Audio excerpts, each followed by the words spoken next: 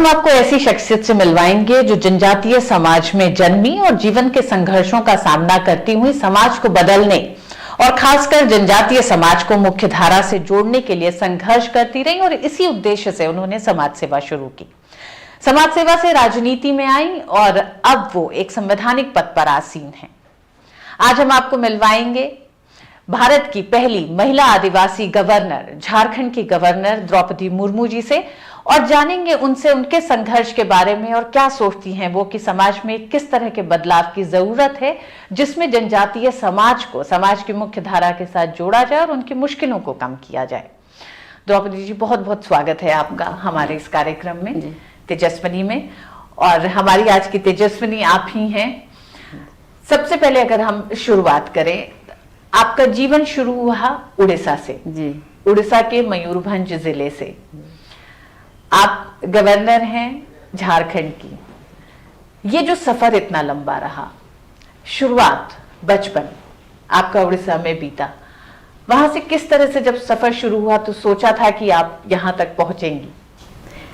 मैं तो कभी भी नहीं सोचा था कि मैं एक गवर्नर बनूंगी, लेकिन इतना जरूर मैं सोची थी कि मैं थोड़ा, क्योंकि मेरे जो फैमिली बहुत गरीबी है, गरीबी थोड़ा मैं फाइनेंस सियाली उनको सपोर्ट करूं, इसीलिए थोड़ा पढ़ लिख के ऐसा बन जाऊं कि मुझे थोड़ा नौकरी मिल जाए। लेकिन मुझे पॉलिटिक्स में जाना, ये गवर्नर बनना, ये मैं कभी सोची नहीं थी। मेरा पढ़ाई गांव में हुआ। मेरा गांव उड़ीसा के मयूरभंज जिला के रिमोट गांव ऊपरवेड़ा, वहाँ 1 से क्लास 1 से क्लास 7 तक वहाँ पढ़ाई हुआ। इसके बाद मैंने, आप जानते हैं कि वहाँ के जो मिनिस्टर होते हैं कि एमएलए होते हैं, बीच बीच में गांव आते हैं। एक दफ़ा ऐसे हुआ कि वहाँ के मिनिस्टर वहाँ गांव आए थे, तो मेरे पिताजी ने बोले कि आप वो ऐसे तो मैं तो नहीं जा सकता हूँ, क्योंकि मुझे थोड़ा वहाँ जाना, क्योंकि ये पुअर है, वहाँ उनको बातचीत रहन सहन उनका थोड़ा डिफरेंस है, मैं नहीं जा पाऊँगा। आप तुम जाओ और अपना सर्टिफिकेट उनको दे दो। तो हम मीटिंग चल रहे थे, ऐसे ही मीटिंग के बीच में सर्टिफिकेट लेकर के मिनिस्टर के पास में गई और उनको सर्टिफिकेट दे दिया, क्योंकि वहाँ आईएएस ऑफिसर्स थे, आईपीएस थे, बहुत सारे ऑफिसर्स थे। उन्होंने कहा ठीक है, ये बच्ची गांव से आई है तो थोड़ा उनको भुवनेश्वर हमको मदद करना चाहिए, वहाँ हमको दाखिला करने के लिए उनको मदद करना चाहिए। इसीलिए मैं स्टेट कैपिटल में मैंने पढ़ना शुरू किया, क्लास 8 से मैट्रिक फिर ग्रेजुएशन तक। तो आप ये उस समय किस क्लास में थी जब आपने उन लोगों के सामने ये कहा? क्लास 7 में। तो आपके गांव में ये सुविधाएं नहीं थी कि उसके आगे की पढ़ाई हो सके, या आप बेहतर एजुकेशन के लिए? सुविधा तो नहीं थी, और फिर थी बहुत दूर में, और यहाँ उस टाइम में हम लोग जिस टाइम की बात कर रहे हैं, इतना सुविधा नहीं था। आदिवासियों के लिए आश्रम तो था, लेकिन मेरे पिताजी इतना अवार्ड नहीं थे कि वहाँ कैसे एडमिशन किया जाता है, कैसे करने से, किसको बोलने से क्या करना चाहिए, उनको मालूम नहीं था। इसीलिए मुझे गांव में ही पढ़ना पड़ा, और इसके बाद फिर मुझे अपॉर्चुनिटी मिला, तो फिर बाद में मुझे स्टेट कैपिटल में पढ़ने के मौका मिला। मुर्मू जी, परिवार में और भी भाई बहन होंगे, क्या किसी और में भी इस तरह की इच्छा आपको दिखती थी पढ़ाई लिखाई के लिए बाहर जाना, या ये आप में ये अंदर से इच्छा हुई और आपने एक प्रयास किया निकलने का? नहीं, मेरा तो 2 भाई और मैं, हम 3 लोग थे। लेकिन मेरे जो पिताजी के माताजी, ये मेरे किसको कहते हैं, नानी, उनका इच्छा था कि तुम पढ़ लिख लो, क्योंकि थोड़ा लेडीज को भी थोड़ा आगे जाना है तुम, क्योंकि वो आदिवासी तो जरूर थी, लेकिन वो चक्रधरपुर से के रहने वाली थी, और हिंदी इंग्लिश भी बीच बीच में बोल देते थे उस टाइम, उस जमाने के। तो उन्होंने कहा कि तुमको पढ़ना है, थोड़ा आगे जाना है। तो मैंने बोला जरूर मैं पढ़ूंगी, लेकिन कहाँ पढ़ूंगी? नहीं, स्टेट कैपिटल में एक ऐसे मैंने सुना कि स्टेट कैपिटल में एक गर्ल्स के लिए एक हॉस्टल है, वहाँ पढ़ाई लिखाई बहुत अच्छा होता है, वहाँ पढ़ने से तुमको बहुत आसानी से नौकरी मिल जाएगा। तो मैंने सोचा ज़रूर मैं पढ़ूंगी। लेकिन मेरे जो 2 भाई वो गांव में रहे, इतना फाइनेंशियल सपोर्ट नहीं था उनके लिए, और गांव में रहे तो वो थोड़ा जो फ्रेंड्स के सर्कल में वो पढ़ाई लिखाई ज़्यादा नहीं की, गांव में ही उन्होंने रह के, मैं ही पढ़ा लिखा। जनजातीय समाज आम समाज से वैसे ही थोड़ा सा कटा हुआ माना जाता है। आप संथाल समाज से हैं। संथाल समाज को जनजातीय समाज में भी थोड़ा प्रोग्रेसिव समझा जाता है। जब आप शहर आईं, उसके बाद आपको क्या लगा कि जो जनजातीय समाज है उसमें बदलने के लिए आपको लगा कि कुछ करने की ज़रूरत है? कॉलेज लाइफ के दौरान किस तरह से आप में परिवर्तन हुआ कि आप समाज सेवा की तरफ बढ़ें? देखिए, मैंने पहले बोल चुकी हूँ कि मेरा एक ही मकसद था कि मैं थोड़ा नौकरी कर लूँ और फैमिली को फाइनेंशियल सपोर्ट दूँ। लेकिन बाद में थोड़ा मेरा शादी हो गया, शादी के होने के बाद थोड़ा फैमिली प्रॉब्लम ससुराल में हो गया। मुझे ससुराल वालों ने कंपेल किया कि तुमको नौकरी छोड़ना है, क्योंकि दोनों नौकरी करने से बच्चों के ऊपर ख़राब प्रभाव पड़ रहा है, इसीलिए मैंने नौकरी छोड़ दिया। लेकिन एप्लीकेशन नहीं दी अभी तक। मैं 2000 तक मेरा नौकरी में मेरा लिस्ट था कि ऐसे ही मैं कोई एप्लीकेशन नहीं दिया, ऐसे ही मैं रह गया। तो इसके बाद फिर गांव में आकर के एक टीचरशिप भी मैंने की। बच्चे जब बढ़ने लगे तो मैंने सोचा कि मेरे पास इतना सरप्लस टाइम है तो थोड़ा कुछ टाइम को थोड़ा यूटिलाइज करना चाहिए, मुझे भी अच्छा नहीं लग रहा है। तो मैंने एक टीचरशिप शुरू की Shri Aurobindo integral education centre में। मैंने ऑनररी नौकरी की, जहाँ कोई मैं सैलरी नहीं लेती थी, ऐसे ही मैंने नौकरी की। नौकरी करने के साथ साथ मुझे बहुत सोशल अनुष्ठान से मुझे बुलावा आया कि आपको थोड़ा इस अनुष्ठान में आपको मेंबर बनना है, थोड़ा हम सोशल वर्क भी करना है। मुझे भी जब वहाँ मेंबरशिप बनी तो मुझे भी लगा कि यस, मुझे करना है सोसाइटी के लिए। एजुकेशन का cultural development, educational development, social development के लिए गांव में घूमती रही। तो वहाँ के पॉलिटिकल लोग मेरे ऊपर थोड़ा उनका, क्योंकि ये क्षेत्र आदिवासियों के लिए संरक्षित है, इसीलिए मुझे उन्होंने बोले कि आपको तो पॉलिटिक्स में आना चाहिए, क्योंकि पॉलिटिक्स में जाने से आप जितना लोगों के लिए करना चाहते हैं उससे ज़्यादा आप कर पाएंगे। उनका ज़रूरत का पीने का पानी, बिजली या सोशल या कल्चरल या एजुकेशनल, आप उनको ज़्यादा उनको सपोर्ट दे पाएंगे। जब आप गांव-गांव जा रही थी, क्या आपको लगा कि उनके बीच की एक महिला जो पढ़ लिख के एक तरह से नौकरी भी आपने की, उसके बाद आपने छोड़ी और फिर आप समाज सेवा में लगी लोगों के बीच में, तो उनको लगता था कि हमारे बीच से एक महिला निकली बाहर, उसने नौकरी की और फिर अब वापस आके हमारे बीच है, तो कहीं महिलाएं अपने आप को सशक्त महसूस करती थी आपको देखकर? पहले तो थोड़ा डिस्टेंस मेंटेन करते थे, क्योंकि महिला इतना पढ़े लिखे हैं, फिर वो तो उनके पतिदेव एक ऑफिसर, बैंक ऑफिसर है, थोड़ा डिस्टेंस मेंटेन करते थे। तो मैंने सोचा नहीं, मैं उनके तरह मुझे बनना है। लेकिन आज जैसे मैं हूँ, उस समय भी ऐसे ही थे, साधारण सी ड्रेस में। वो पहले बात नहीं करते थे, मैं पहले बात करती थी, कैसा है, खाने को दे वो। तो इसीलिए उनको थोड़ा बहुत कंफर्टेबली मुझे मिलते थे, बात करते थे। तो उन्होंने कहा कि यस, आपके जैसा हम लोगों के प्रोत्साहित करने मैंने लगी कि महिलाओं को भी, बच्चियों को भी पढ़ाना है। इसीलिए आज जितने बॉयज़ नहीं जाते स्कूल, आज गर्ल्स बहुत जाते हैं। आज 60-70% गर्ल्स पढ़ते हैं स्कूल में। मुझे बहुत अच्छा लगता है। पहले जब हम छोटे थे तो महिलाएं मीटिंग वगैरह में स्कूल में कोई जाते नहीं थे। अभी हम जहाँ जाते हैं तो अब 70% 80% महिलाएं मीटिंग अटेंड करते हैं, सुनते हैं, सोशल एजुकेशनल बारे में उनको भी जानकारी मैंने वो लेते हैं।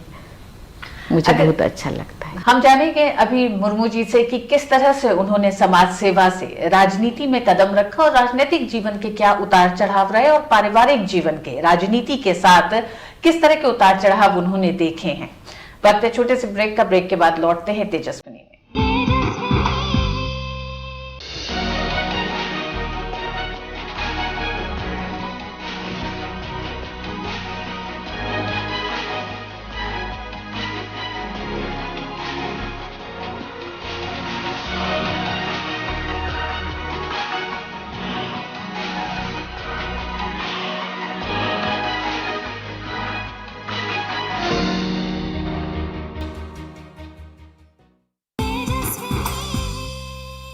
तेजस्विनी में एक बार फिर आप सभी का स्वागत है और हमारे आज की तेजस्विनी है झारखंड की पहली महिला आदिवासी राज्यपाल द्रौपदी मुर्मू जी। मुर्मू जी का ग्रामीण परिवेश था, पढ़ने की ललक थी, चाह थी, जिसकी वजह से वो राजधानी भुवनेश्वर में चली आई और वहां से उनके जीवन ने एक नया मोड़ लिया, समाज सेवा की शुरुआत की। आइए जानते हैं उनसे किस तरह से समाज सेवा से आगे बढ़ते हुए वह राजनीति में बढ़ी। मुर्मू जी, राजनीति का चुनाव, शादी के बाद मुझे लगता है परिवार भी आगे बढ़ गया था, बच्चे हो गए थे, उसके बाद आपने करा, ये कितना मुश्किल निर्णय था आपकी ज़िंदगी में जिस समय आपने लिया और किस चीज़ ने आपको इतना प्रेरित भी किया? मुझे तो बहुत मुश्किल था निर्णय करने के लिए, क्योंकि बच्चे छोटे थे और राजनीति को उस दौरान अच्छा नज़रिए से नहीं देखा जाता है, ज़्यादातर महिलाओं के लिए। क्योंकि मैं जिस सोसाइटी से बिलोंग करती हूँ वो राजनीति को मैंने नहीं जाना चाहिए, महिलाओं को नहीं जाना चाहिए और सोचते थे। लेकिन मैं जो वहाँ स्कूल में मैं टीचर्स थी, तो वहाँ के बगल में अपना एक जो मंत्री जिन्होंने मुझे दखला दिया, जो पढ़ने के लिए स्कूल में दखला दिया, उनकी एक दोस्त रोज़ मुझे मिलते थे। मैं जो स्कूल छुट्टी हो जाता था, द्रौपदी आपने क्या सोचा, मैंने जो आपको जिक्र किया था, आपको पॉलिटिक्स में आना चाहिए, सोशल वर्क कर रहे हो, थोड़ा फील्ड बहुत विस्तार फील्ड, बड़ा फील्ड होगा काम। मैंने बोला नहीं, मैं तो नहीं होना चाहिए। इसके बाद मेरे पतिदेव को, पतिदेव का थोड़ा वीकनेस, पॉलिटिक्स के पर बहुत वीकनेस था, उनको थोड़ा उन्होंने समझाया, तो मैंने बोला ठीक है, क्योंकि महिलाओं को पॉलिटिक्स में मुझे जितना तर पता है, जितने मैंने सुनी है कि ऐसे रात दिन वहाँ काम करना पड़ता है, रात को भी जाना पड़ता है, कभी रात भी टूट करना पड़ता है और पुरुष लोगों के साथ जाना पड़ता है। तो ये जो बात आपको अच्छा लगेगा तो ज़रूर मैं जाना चाहूँगी, लेकिन मैं ऐसा काम करना चाहूँ। आप मैं जो भी काम लेती थी तो थोड़ा मैं उसको बहुत अच्छे से रहते काम करने के लिए मुझे बहुत पसंद है। ऐसे खाली मेंबरशिप लेना, ये वो करना मुझे अच्छा नहीं लगेगा। उन्होंने कहा ज़रूर मैं सपोर्ट करूँगा। तो मैंने बोला ठीक है। तो उन्होंने मुझे मैंने फिर मुझे ऐसे आपने जब शुरू करा तो 1997 में आप नोटिफाइड एरिया काउंसिल में काउंसलर का चुनाव आपने लड़ा।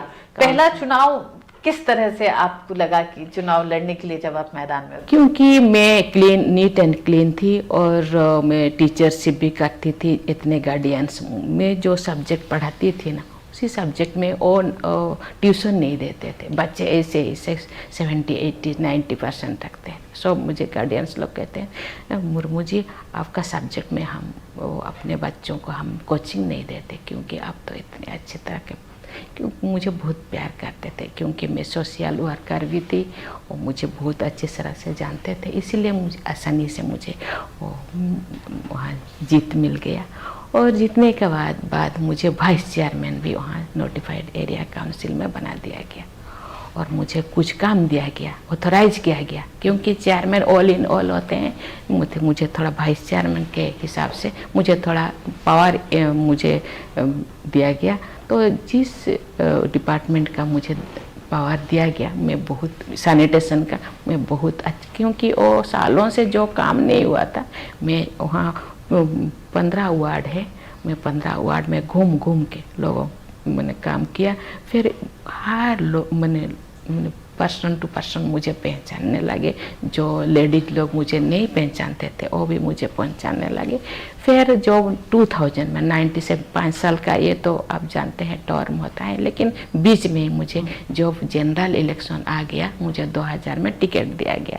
उन्होंने कहा आपको तो लड़ना है। मैंने बोला मेरे बच्चे छोटे छोटे हैं, मुझे ये तो काउंसिलर में थी, वाइस चेयरमैन थी, तो टाउन के अंदर मुझे घूमना पड़ता था। फिर अभी तो मुझे पूरा क्षेत्र में घूमना पड़ेगा, तो टाइम नहीं दे पाऊँगी। फिर मुझे थोड़ा, मैंने बोला ठीक है चलिए। बच्चे भी बोले ठीक है माँ, तुम लड़ना चाहती हो तो लड़ो। तो फिर 2000 में मुझे टिकट दिया गया, मैं जीत भी गई। मयूरभंज जिले के रायरंगपुर से सीट से आपने चुनाव जीता। जीतने के बाद फिर मुझे तो पता नहीं, मुझे मंत्री का पद दिया गया। ट्रांसपोर्ट एंड कॉमर्स का।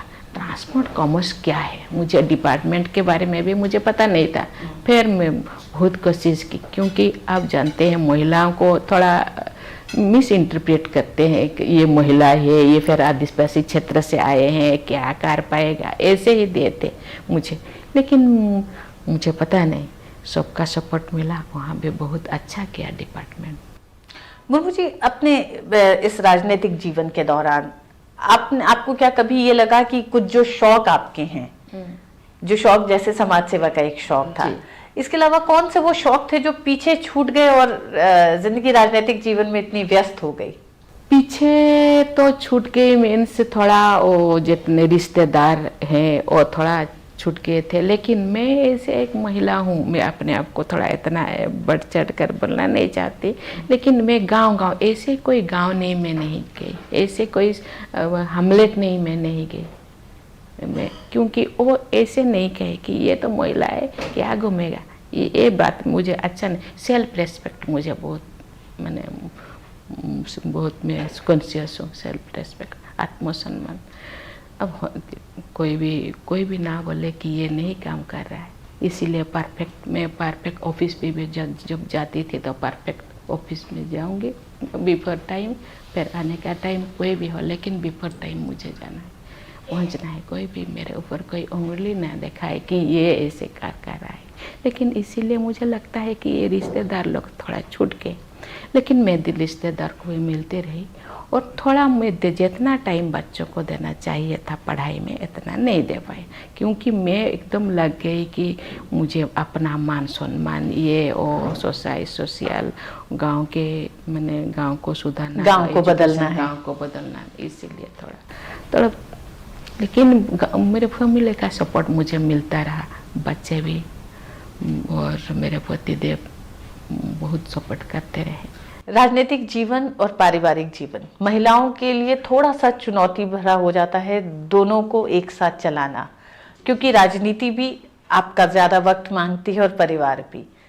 इस दौर में किस तरह के संकट भी सामने आए, कैसे दोनों चीज़ों के लिए आपने समय निकाला परिवार से? मंत्री बनने के बाद, एमएलए बनने का थोड़ा मुझे मेरे रिश्तेदार बहुत से, मेरे एक भाई है, भाभी है, उनका बच्चा नहीं, उनको मैंने बुला लिया। मेरे माँ को भी बुला लिया, माँ आओ यहीं रहो।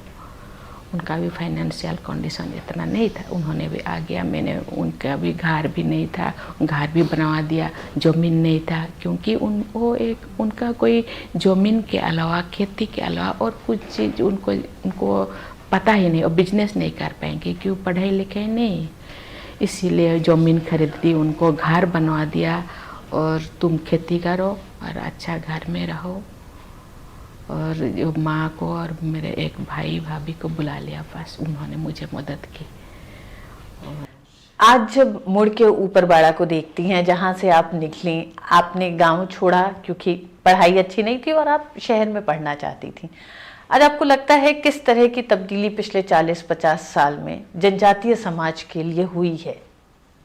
क्या परिवर्तन हुआ है, क्या बदलाव आए हैं? थोड़ा बहुत तो बदलाव हुआ है।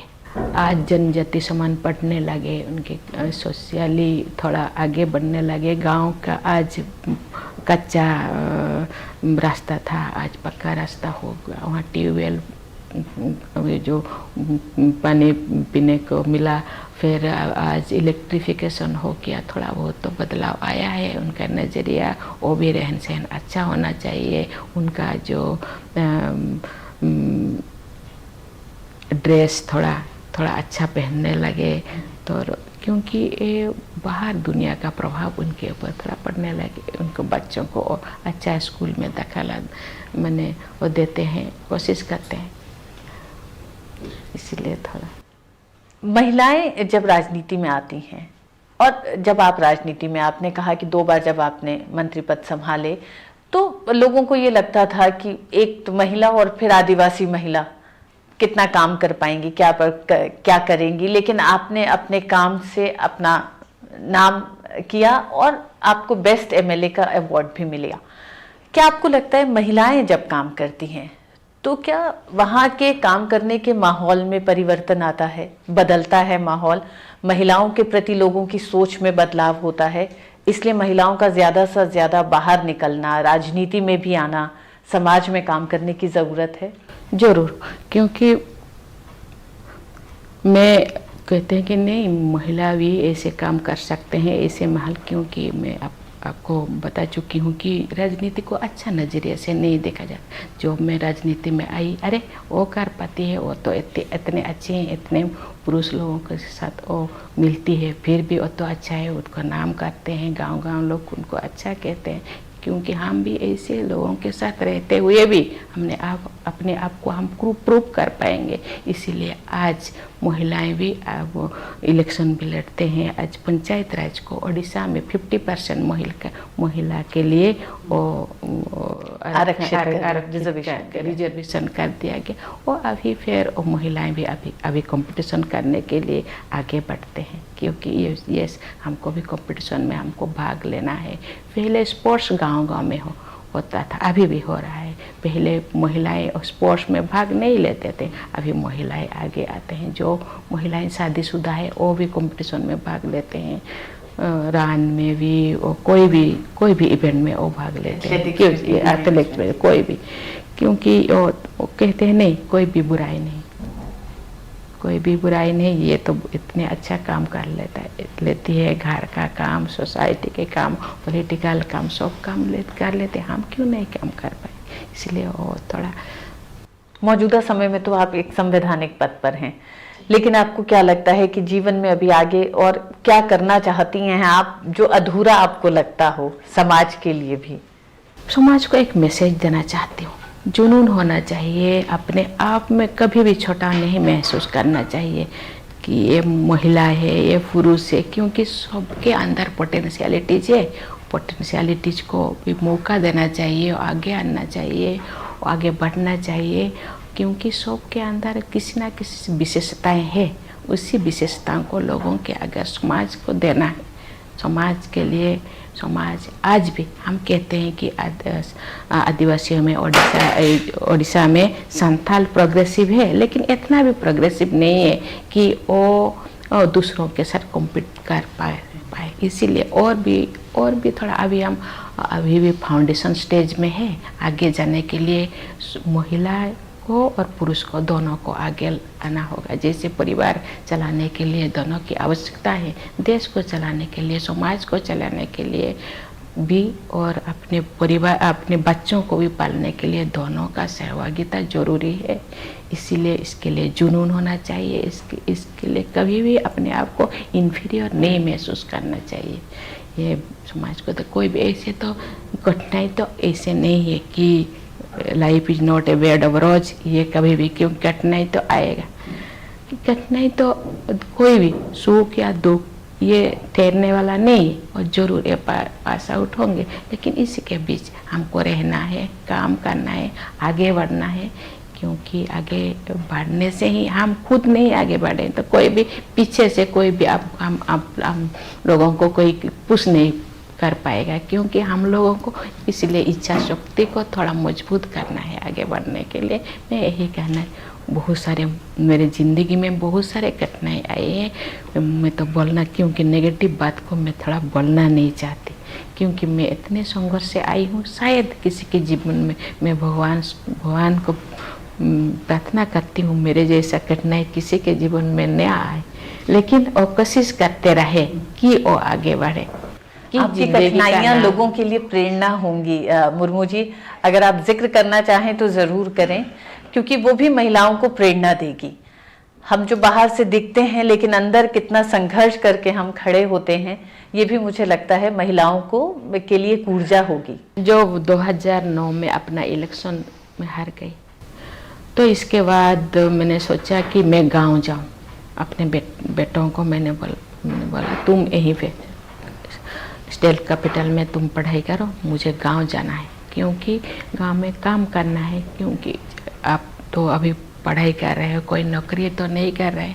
अभी मेरे पास तो मैं कोई सरप्लस मनी नहीं है, जितने अभी पेंशन मिलेगा उसी से हमको गुजारा करना पड़ेगा। इसीलिए मैं गांव गई। तो मेरे बच्चे भुवनेश्वर में, मैंने एक दिन मैंने सुना कि बच्चा सुबह नहीं है, चले गए, शरीर छੱਡ दिया। तो क्या हुआ मुझे पता नहीं, तो मैं थोड़ा टूट गई। मैंने सोचा अरे क्या हुआ ये ज़िंदगी, मैंने सोचा कि कुछ दिन के लिए मैं थोड़ा अब थोड़ा शांत हुई, उसके बाद फिर आप डिप्रेशन समाज में से चले जुड़ी। गए, डिप्रेशन में चले गए। डिप्रेशन में सब सोचे कि ये शायद नहीं रहेगी, ये मर जाएगी। लेकिन मैंने सोचा मुझे जीना है, पे तो कुछ लोग तो है, लोग मुझे मेरे पास आए, अरे लाखों लोग आपके एक बेटा चला गया तो क्या हुआ, हम लोग हैं। तो इसके बाद मुझे बहुत संगठन का काम दायित्व तो मुझे दिया गया। उन्होंने कहा आपको जाना है, गांव-गांव जाना है, समाज आपको मैंने वेट कर रहा है, वो गांव जाना है, लोगों के लिए काम करना है। फिर मैं थोड़ा 2-4 महीने के बाद मैंने सोचा थोड़ा मुझे रिलीजन के दिशा में मुझे जाना है, मुझे तपस्या थोड़ा करना है, माइंड्स को थोड़ा सेट करना है। इसलिए मैं ब्रह्मा कुमारी ज्वाइन किया। दिन रात मैंने थोड़ा मेडिटेशन करते रहे, माइंड को थोड़ा सेट कर लिया। फिर गांव-गांव घूमे, फिर इसके बाद फिर गांव में फिर प्रवचन भी मैं देने लगी गांव-गांव में कि कैसे रहने लाइफ में, कैसे ये बदलाव लेना चाहिए। तो जितना नेगेटिविटी है अपने पास, काम क्रोध लोभ मोह अहंकार है, फिर इतने नशे, थोड़ा वो तो एडिक्टेड आदिवासियों का अंदर थोड़ा है इससे, तो इसको थोड़ा छोड़ना है, ज़िंदगी में आगे बढ़ना है, परिवार को आगे लेना है, और थोड़ा मैंने करने लगे। फिर 2013 में दूसरा बेटा चला गया, और मेरे दोस्तों के साथ और कहाँ तो एक्सीडेंट में उनका भी देहांत हो गया। तो फिर मेरा पतिदेव पर डिप्रेशन में चला गया। पतिदेव का 2014 में पतिदेव का देहांत हो गया, मेरे माँ का देहांत हो गया, मेरे छोटा भाई का देहांत हो गया। तो जीवन को बहुत संघर्षों से, उतार चढ़ाव से निकलते हुए फिर आप समाज के साथ जुड़ी और आपने अपने जीवन को पूरी तरीके से समाज के लिए समर्पित कर दिया। मुर्मू जी, जीवन के इन तमाम संघर्षों से आप उबरती हुई, अपने आप को आपने समाज के लिए पूरी तरह समर्पित कर दिया और समाज सेवा में लग गई। मुर्मू जी समाज की उन तमाम महिलाओं के लिए प्रेरणा हैं जो संघर्ष से थक जाती हैं, डर जाती हैं और थम जाती हैं। मुर्मू जी प्रेरणा है उन महिलाओं के लिए जो जीवन में कुछ करना चाहती हैं और बस एक हिम्मत की कमी है, वो हिम्मत दिखाने की जरूरत है। सलाम है हमें समाज की ऐसी तेजस्विनियों पर। बहुत बहुत शुक्रिया मुर्मू जी, दूरदर्शन से बात करने के लिए शुक्रिया।